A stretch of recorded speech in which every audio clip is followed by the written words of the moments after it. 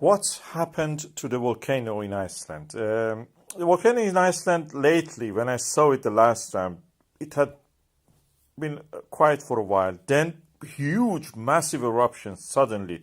It showed to me that the volcano is very volatile rich. Volatile, by volatile means things like water and CO2 and other gases and steam. And that changed to now the volcano being almost dormant. There's no activity, you don't see anything.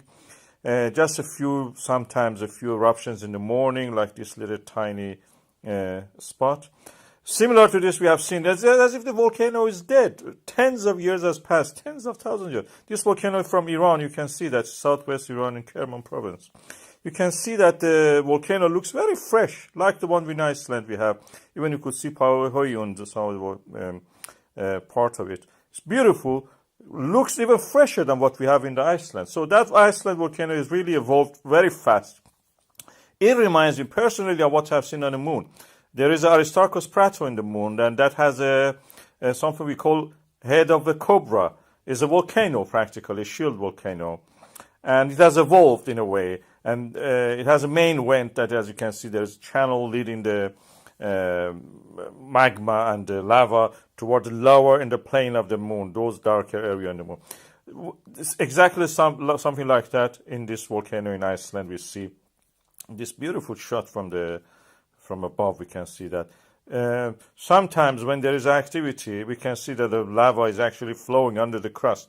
It looks inactive, but the flow of the lava in this thermal image from the Landsat 8 image in NASA and USGS, you can see that. What is happening is very complicated. I'll try to explain it in simple terms.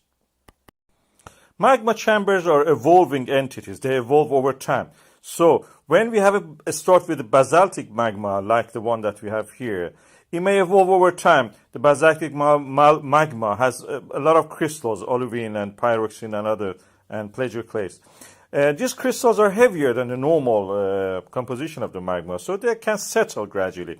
And they gather at the bottom of the magma chamber. The top of the magma chamber will be full of more liquid and less crystals in it.